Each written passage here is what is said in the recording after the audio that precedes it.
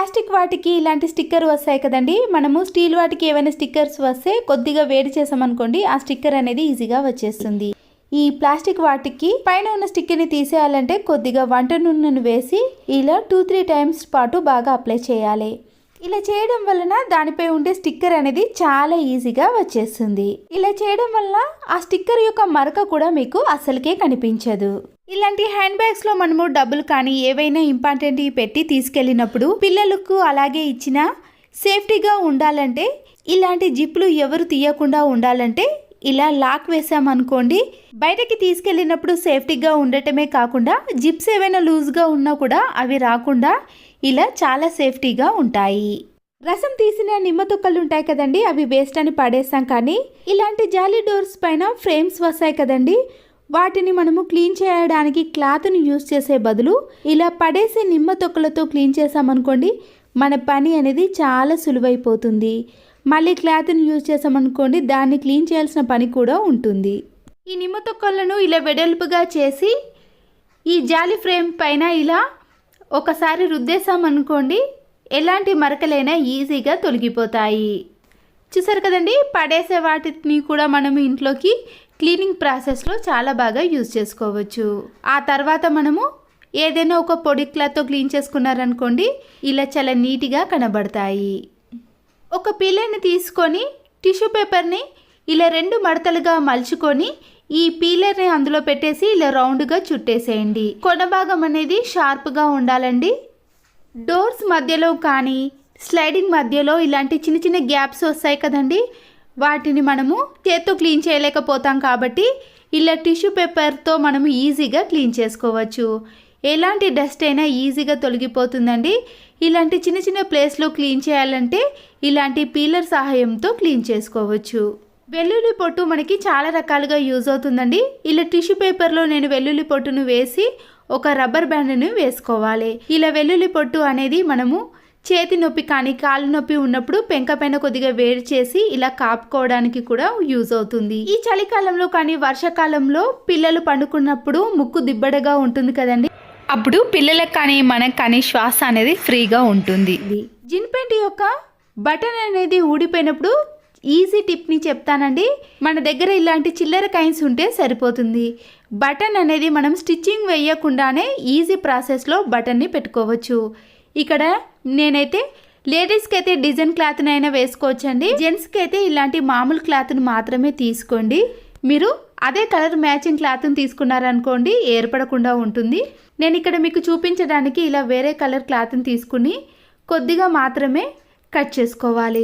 Button హోల్ని బట్టి ఇక్కడ కాయిన్స్ని తీసుకోండి. నేనైతే ఇక్కడ 1 రూపీ కాయిన్ని తీసుకొని ఈ క్లాత్లో పెట్టేసి ఇలా పైన కొద్దిగా క్లాత్ను మనము ఒక దగ్గరికి తీసుకొని ఈ క్లాత్ను ముందుగా ఈ బటన్ హోల్లో నుంచి పెట్టేసేయండి. అయితే దీనికి సీజర్ని కానీ ఏదైనా నిడిల్ని తీసుకొని ఇలా గట్టిగా ప్రెస్ చేసామనుకోండి అందులో నుంచి ఈ క్లాత్ అనేది ఈజీగా వచ్చేస్తుంది. మీరు పర్మనెంట్గా ఉండాలంటే అక్కడ స్టిచ్చింగ్ కూడా వేసుకోవచ్చండి. అప్పటికప్పుడు మనము ఇలా ఒక రబ్బర్ బ్యాండ్ను వేసామనుకోండి ఊడిపోకుండా గట్టిగా ఉంటుంది. చూసారు కదండి, మిగిలిన క్లాత్ను నేను సీజర్తో కట్ చేసుకుంటున్నానండి. అంతేనండి, మన ఇంట్లో బటన్ అనేది అవైలబుల్గా లేనప్పుడు అర్జెంటుగా మనము బయటకి ఎక్కడికైనా వెళ్ళాలన్నప్పుడు ఇలా స్టిచ్చింగ్లు వేయకుండా ఇలా చిల్లర కాయిన్స్ ఉంటే సరిపోతుందండి. బటన్ని మనము ఈజీగా పెట్టేసుకోవచ్చు. కూల్ డ్రింక్ బాటిల్స్ కానీ లేదా మామూలు సైజ్ వాటర్ బాటిల్ని తీసుకొని నైఫ్తో ఇలా వీడియోలో చూపించిన మాదిరిగా 2 కొన భాగాలను కట్ చేసి తీసేయండి. మిడిల్ భాగాన్ని మాత్రమే మనము యూజ్ చేసుకోవాలండి. ప్రతిరోజు ఇంట్లో మనము ఇలా చీపురు కట్టతో చిమ్ముతున్నప్పుడు ఒక్కొక్కసారి దాని పుల్లలు అనేవి ఇలా బయటికి వచ్చేస్తాయండి. దీనివల్ల మనకి చీపురు కట్ట అనేది 3 మంత్స్కి ఒకసారి కూడా మళ్ళీ కొత్తది కొనాల్సిన పని కూడా ఉంటుంది. ఇలా డబ్బులు వేస్ట్ చేయకుండా క్యాండిల్ సహాయంతో మనము ముందుగా కట్ చేసుకున్న ఈ మిడిల్ వాటర్ బాటిల్ని ఇలా చీపురు కట్ట యొక్క మధ్యలో పెట్టేసేయాలండి. ఎక్కడైతే చీపురు కట్ట లూజ్గా ఉందో అక్కడైతే పుల్లలు ఊడిపోతూ ఉంటాయి కదా, ఆ ప్లేస్లో ఈ వాటర్ బాటిల్ని పెట్టేసి మనము ఇలా కొద్దిగా వేడి చేసామనుకోండి అది పూర్తిగా గట్టిగా అతుక్కపోతుంది. అప్పుడు చీపురు కట్ట అనేది గట్టిగా ఉండటం వలన మనము ఎంత ఊడ్చినా కూడా పుల్లలు అనేవి ఒక్కటి కూడా బయటికి రాకుండా ఉంటాయి. దీనివల్ల చీపురు కట్టను మనము చాలా నెలల పాటు కూడా యూస్ చేసుకోవచ్చు. ఏదైనా అకేషన్స్కి కానీ మనము ఇంట్లో బ్యాంగిల్స్ని ఇలా టైట్గా ఉన్న వాటిని వేయాలనుకున్నప్పుడు మన చేతికి ఎక్కడైనా తెగుతుందేమో అని ఇబ్బంది పడుతూ ఉంటామండి. ఇలా ప్లాస్టిక్ కవర్ని మన చేతికి గట్టిగా ముడి వేసి ఆ తర్వాత టైట్గా ఉన్న బ్యాంగిల్స్ కానీ లేదా మామూలు బ్యాంగిల్స్ని వేసామనుకోండి, మన చేతికి ఎలాంటి ఇబ్బంది లేకుండా మనము తక్కువ టైంలో ఇలా ఎన్ని బ్యాంగిల్స్ అయినా ఈజీగా వేసుకోవచ్చు. తీసేటప్పుడు కూడా ఈ టిప్ అనేది యూజ్ అవుతుంది. ప్యాకెట్లో ఉన్న ఆయిల్ అంతా కూడా క్యాన్లో వేసిన తర్వాత ఈ ఖాళీ ప్యాకెట్ని పడేయకుండా పైన పూర్తిగా కట్ చేసేయాలి. మన ఇంట్లో ఉండే టమాటోలు కానీ నిమ్మకాయలు కానీ పచ్చిమిర్చి ఏవైనా సరేనండి, ఇలాంటి వెజిటేబుల్స్ని ఈ ఆయిల్ కవర్లో వేసి మనము స్టోర్ చేసుకున్నామనుకోండి, ఈ టమాటాలు అనేవి ఎక్కువగా పండు బారిపోకుండా, నిమ్మకాయలు అనేవి కుళ్ళిపోకుండా ఇలా ఎన్ని రోజులైనా మనము ఫ్రిడ్జ్లో స్టోర్ చేసుకోవచ్చు. డస్ట్బిన్ కవర్ని ఇందులో పెట్టిన తర్వాత ఒక్కొక్కసారి మనం వెయిట్ ఎక్కువగా ఉన్నవి వేసామనుకోండి, కవర్ అనేది కింది భాగానికి వచ్చేసి మన చెత్త కూడా ఇలా డస్ట్బిన్లో పడుతుంది. మళ్ళీ దాన్ని కడగాల్సిన పని కూడా ఉంటుంది. అలాంటప్పుడు ఇలా డబుల్ గమ్ టేపును కొద్దిగా తీసుకొని 2 క్యాప్స్కి అతికించేసి 2 సైడ్స్ కూడా వీటిని పెట్టేసేయాలి. కూరగాయలు తీసుకునే కవర్కి అయితే ఇలా పట్టుకునే వాటిని వస్తాయి కాబట్టి దానికి పెట్టేసేయచ్చండి.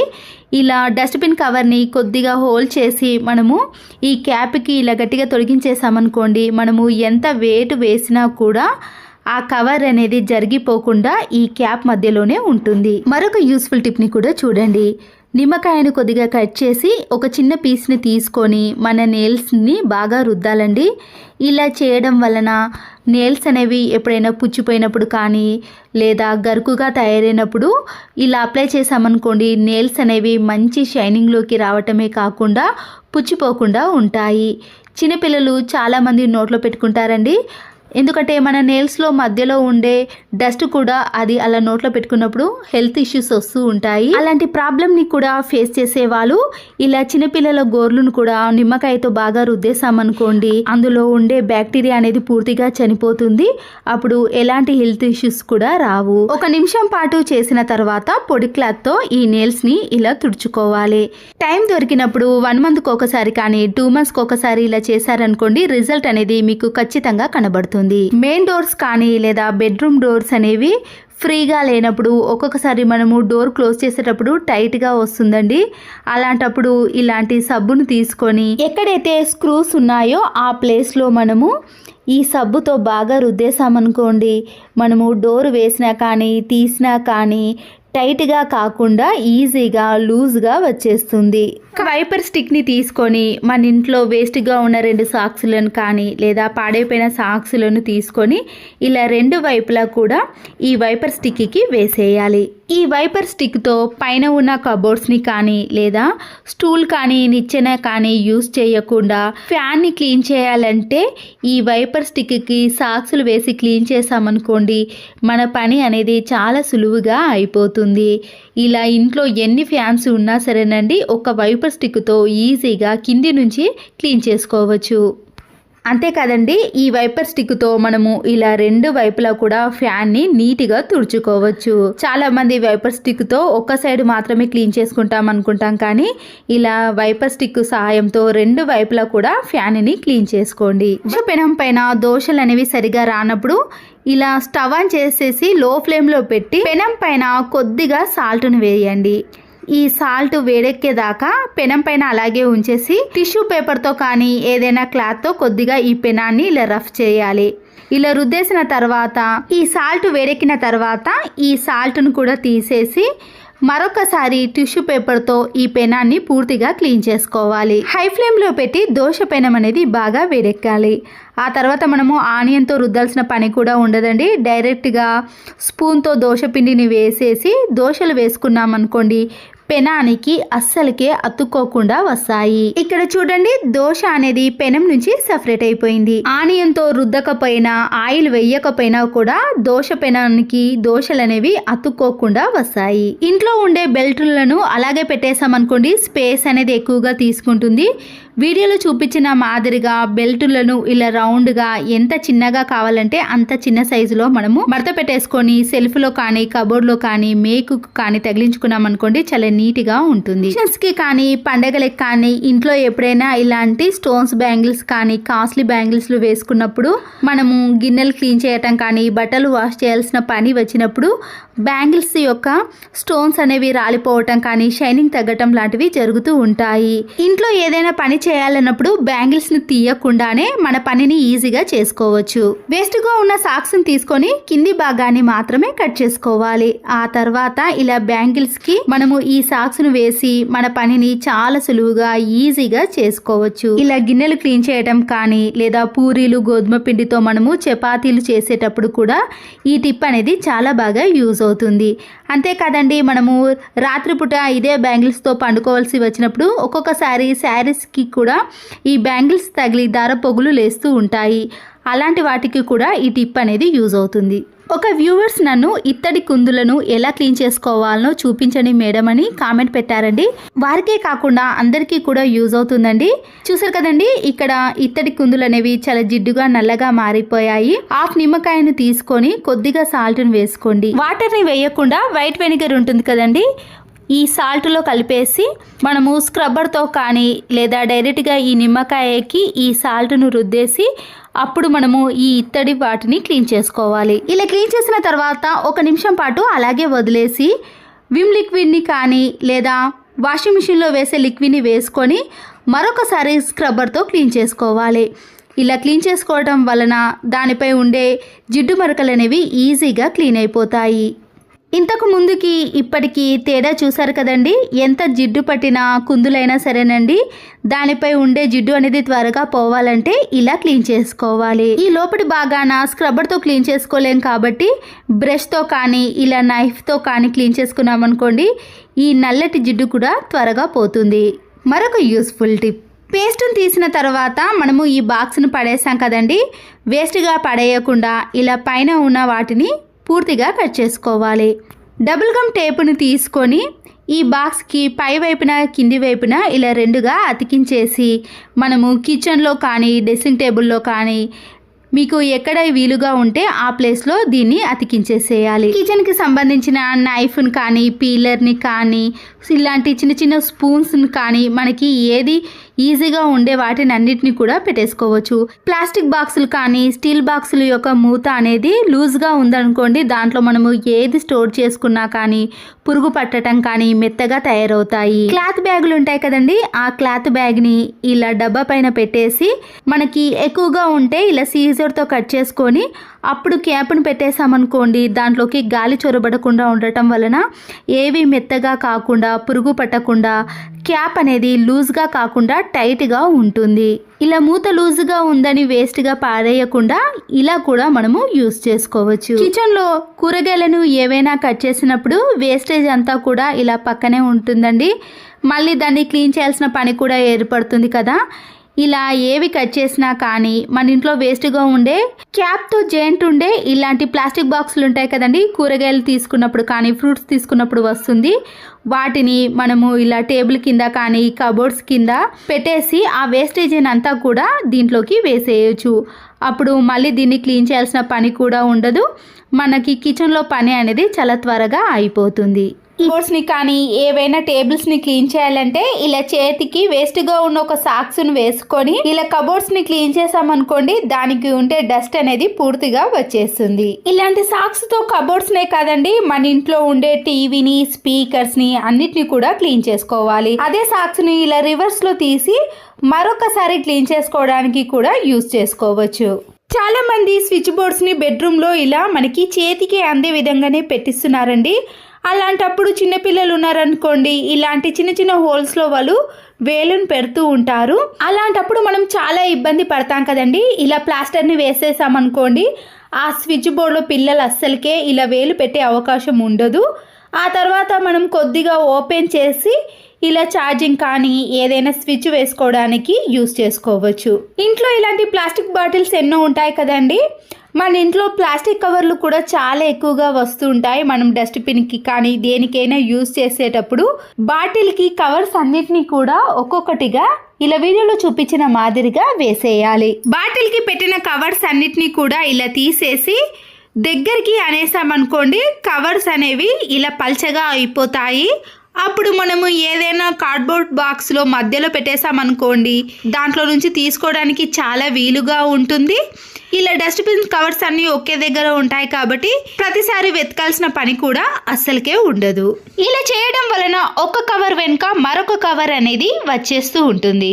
వాటర్ బాటిల్ క్యాప్స్ ఉంటాయి కదండి, దాంట్లో నుంచి ఒకటి తీసుకొని ఇలా వంట సోడాను అలాగే వైట్ వెనిగర్ని కూడా కొద్దిగా వేయాలి. బాత్రూంలో కానీ లేదా సింకులో ఇలాంటి ట్యాప్స్ ఉంటాయి కదండి, ఈ క్యాప్ను ఇలా వీడియోలో చూపించిన మాదిరిగా పెట్టేసి దానికి ఒక రబ్బర్ బ్యాండ్ను వేసేయండి. ఇలా ఒక 5 నిమిషాలు పెట్టడం వలన దాని హోల్స్ అనేవి క్లియర్ అయిపోతాయి. ఇలా సరుకులు తెచ్చుకున్నప్పుడు జీలకర్రను ఎక్కువ క్వాంటిటీలో తెచ్చుకున్నప్పుడు మనము ఒక బాక్స్ లో స్టోర్ చేసుకుంటాం కదండి, త్వరగా పురుగు పట్టే అవకాశం కానీ మెత్తగా అవ్వడం అలాంటివి జరిగినప్పుడు రాళ్ళ ఉప్పు ఉంటుంది కదండి, దాంట్లో నుంచి ఇలా 3 రాళ్ళ ఉప్పును వేసి మనము స్టోర్ చేసుకున్నాం అనుకోండి, చాలా రోజుల పాటు ఫ్రెష్గా ఉంటుంది. జంతికలు, కారపూస మొదలైనవి కారం పదార్థాలు ఎప్పుడైనా చేసుకొని డబ్బాలో స్టోర్ చేసుకున్నాం అనుకోండి, ఒక స్పూన్ టేబుల్ సాల్ట్ను ఒక పల్చని గుడ్డలో మూట గట్టి అడుగున వేసామనుకోండి, అవి చాలా రోజుల పాటు తాజాగా ఉంటాయి, మెత్తగా అస్సలకే ఉండవు. డ్రై ఫ్రూట్స్ ఉంటాయి కదండి, మనం జీడిపప్పుని కానీ కాజును తెచ్చుకున్నప్పుడు ఇలా బాక్స్లో స్టోర్ చేసుకునేటప్పుడు 3 లవంగాలను ఇందులో వేసామనుకోండి, అవి పురుగు పట్టకుండా చాలా రోజుల పాటు ఫ్రెష్గా ఉంటాయి. ఆనియన్స్ ని కట్ చేసినప్పుడు దానిపై ఉండే తొక్కను కట్ చేసాం కదండి, అది వేస్ట్ అని పడేసాం. కానీ కబోర్డ్స్ లో ఇలాంటి మరకలు ఏవైనా ఉన్నప్పుడు మనము ఇలా ఆనియన్ తొక్కతో క్లీన్ చేసామనుకోండి, ఆ మరకలు అనేవి చాలా ఈజీగా పోతాయి. ఇలాంటి పెన్సిల్ గీతలు కానీ పెన్ గీతలు పోవాలంటే నెయిల్ పాలిష్ రిమూవ్ ఉంటుంది కదండి, దాంతోటైనా క్లీన్ చేసుకోవాలి. కట్ చేసేటప్పుడు దానిపై ఉండే పొట్టును ఈజీగా రావాలంటే పైన ఉన్న తొక్కను తీసేసి ఇలా నైఫ్తో మధ్యలో ఇలా ఘాట్లు పెట్టుకోవాలి. ఇలా చేయడం వలన దానిపై ఉండే పొట్టు అనేది చాలా ఈజీగా రావటమే కాకుండా మనం కట్ చేయడం కూడా చాలా త్వరగా అయిపోతుంది. ఇలా చిన్న చిన్న పీసెస్ గా కట్ అవుతాయి కాబట్టి వేయించడంలో కూడా చాలా త్వరగా వేగిపోతాయి. పిల్లల లంచ్ బ్యాగ్ ఉంటుంది కదండి, మనము ప్రతిసారి దీన్ని వాటర్ తో క్లీన్ చేయలేకపోతాం. కానీ ఒక టిష్యూ పేపర్ని తీసుకొని దాంట్లో హాఫ్ని కట్ చేసుకోండి. ఇలా కట్ చేసిన హాఫ్తో లంచ్ బ్యాగ్ని నీట్గా క్లీన్ చేసుకోవాలి. ఇలా అడుగు భాగాన క్లీన్ చేసినప్పుడు దానికి డస్ట్ అనేది చాలా వస్తుందండి. చూసారు కదండి, మనము స్పూన్ కానీ ఇంకేదైనా అందులో వేసినప్పుడు దానికి పూర్తిగా అంటుకుంటుంది, పిల్లల హెల్త్ కూడా పాడవుతుంది. ఇలా మిగిలిన కట్ చేసిన హాఫ్ టిష్యూ పేపర్ని అడుగు భాగాన పట్ చేసామనుకోండి, డస్ట్ పడకుండా ఉంటుంది. కర్రీ దీంట్లో పెట్టినప్పుడు కొద్దిగా వలికినా కూడా టిష్యూ పేపర్ అనేది పూర్తిగా అబ్జర్వ్ చేస్తుంది. మన ఇంట్లో ఎక్స్ట్రాగా ఉన్న పిల్లోస్ ఉన్నాయనుకోండి, దానికి పిల్లో కవర్ని వేసి బయట పెట్టేసామనుకోండి, మురికిగా తయారవుతుంది కదా. పాడపోయిన టీషర్ట్లు ఉంటాయి కదా, ఎక్స్ట్రాగా ఉన్న ఈ పిల్లోకి పెట్టేసామనుకోండి, బయట పెట్టినా కానీ సెల్ఫ్లో కబోర్డ్లో పెట్టినా కూడా డస్ట్ పడకుండా ఉంటుంది. మనం డైరెక్ట్గా ఈ టీషర్ట్ని తీసి వాష్ చేసుకుంటే సరిపోతుంది. తర్వాత మళ్ళీ ఎప్పుడైనా తిరిగి వాడుకోవడానికి చాలా బాగా యూజ్ అవుతుంది. క్లీన్ చేసుకోవడానికి ముందుగా ఒక పొటాటోని తీసుకోవాలండి, దాంట్లో హాఫ్ కట్ చేసుకుంటే సరిపోతుంది. ఇలా పాడైపోయిన ఆలును కూడా యూజ్ చేయవచ్చు. ఇలా కట్ చేసిన ఆలుపై 1 టీ స్పూన్ వరకు సాల్ట్ను కూడా వేసుకోవాలి. మన ఇంట్లో ఉండే ప్యాన్స్ అనేవి అడుగు భాగాన ఇలా జిడ్డు ఎక్కువగా పట్టినప్పుడు మనం తీసుకున్న ఆలును ఈ అడుగు భాగాన బాగా అప్లై చేయాలి. ఇలా 2-3 టైమ్స్ బాగా అప్లై చేయడం వలన ఇలా జిడ్డు అనేది కొద్దిగా మెత్తబడుతుంది. ఆ తర్వాత స్టవ్ ఆన్ చేసి ఈ ప్యాన్ అడుగు భాగాన్ని ఇలా కొద్దిగా వేడి చేయాలి. అటు ఇటు తిప్పుకుంటూ పూర్తిగా అడుగు భాగాన్ని వేడి చేసినాక స్టవ్ని కూడా ఆఫ్ చేసుకోవాలి. ఒక 2 మినిట్స్ పాటు బాగా వేడి చేసిన తర్వాత ఇప్పుడు మనము స్టీల్ స్క్రబ్బర్ని తీసుకొని ఏదైనా సోప్ని కానీ లేదా లిక్విడ్ని తీసుకొని ఈ స్క్రబ్బర్తో ఈ ప్యాన్ అడుగు భాగాన్ని క్లీన్ చేసుకోవాలి. స్టీల్ స్క్రబ్బర్తో క్లీన్ చేసేటప్పుడు చేతులు నొప్పి పెడతాయి అనుకున్నప్పుడు దానిపైన ఇలాంటి మామూలు స్క్రబ్బర్ని కూడా వేసి రెండిటితో క్లీన్ చేసుకున్నామనుకోండి, చేతులు అనేవి ఎక్కువగా నొప్పి పెట్టకుండా ఉంటాయి. ఇలా వేడిగా ఉన్నప్పుడే మనము ఈ ప్యాన్ని క్లీన్ చేసుకోవాలి. ఇక్కడ నేనైతే 2 మినిట్స్ పాటు బాగా స్క్రబ్బర్తో క్లీన్ చేశానండి. ఇలా వేడిగా ఉన్నప్పుడు క్లీన్ చేసుకుంటేనే ఎలాంటి జిడ్డైనా తొలగిపోతుంది. ఆ తర్వాత మనము కొన్ని వాటర్తో క్లీన్ చేసుకోవాలి. చూసారు కదండి, దాదాపుగా ఈ అడుగు భాగాన ఉండే జిడ్డు అనేది తొలగిపోయింది. ఇంకా పూర్తిగా తొలగిపోవాలి అనుకుంటే దీనిని కూడా మళ్ళీ కొద్దిగా ఆలుతో అప్లై చేసి మనము స్టవ్ పైన 2 మినిట్స్ పాటు వేడి చేసి ఆ తర్వాత క్లీన్ చేసుకున్నాం అనుకోండి, ఇలా సైడ్లో ఉన్న జిడ్డు కూడా పూర్తిగా తొలగిపోతుంది. రెండవసారి కూడా ఇలా స్టీల్ స్క్రబ్బర్తో క్లీన్ చేసుకున్నాక మరొకసారి ఆలుతో కూడా క్లీన్ చేసుకోండి. ఇలా క్లీన్ చేసుకోవడం వలన ప్యాన్ అడుగు భాగాన ఉండే జిడ్డు అనేది తొలగిపోవటమే కాకుండా ఎలాంటి బ్యాడ్ స్మెల్ కూడా రాకుండా ఉంటుంది. 2 మినిట్స్ పాటు ఆలుతో కూడా ఇలా బాగా క్లీన్ చేసుకోవాలి. ఇలా పూర్తిగా క్లీన్ చేసుకున్న తర్వాత వాటర్ని వేసుకొని క్లీన్ చేసుకొని చూడండి, ప్యాన్ అనేది మళ్ళీ ఎప్పటిలాగా నీట్గా కనబడుతుంది. ఈ టిప్ అనేది ప్యాన్స్కే కాదండి, ఏదైనా స్టీల్ వాటికి కానీ ఇత్తడి అలాంటి వాటికి కూడా జిడ్డు అనేది ఎక్కువగా పట్టినప్పుడు ఇలా ఆలుతో క్లీన్ చేసుకొని చూడండి, జిడ్డు అనేది ఈజీగా తొలగిపోతుంది. చూసారు కదండి, మళ్ళీ ఎప్పటిలాగా ప్యాన్ అనేది నీట్గా కనబడుతుంది. లోపల కూడా మీకు ఏవైనా మరకలు అనిపించినప్పుడు ఆలును సాల్ట్ను తీసుకొని కొద్దిగా అప్లై చేశారనుకోండి, ఈ మరకలు కూడా తొలగిపోతాయి. అయితే ప్యాన్ లోపల మాత్రం స్టీల్ స్క్రబ్బర్ని యూస్ చేయకుండా ఇలా ఆలుతోటే క్లీన్ చేసుకోవాలి. చూసారు కదండి, ఇంతకుముందు దానికి ఇప్పటికీ తేడా ఈజీగా కనబడుతుంది. నచ్చితే తప్పకుండా ఒక లైక్ చేయండి. Thanks for watching.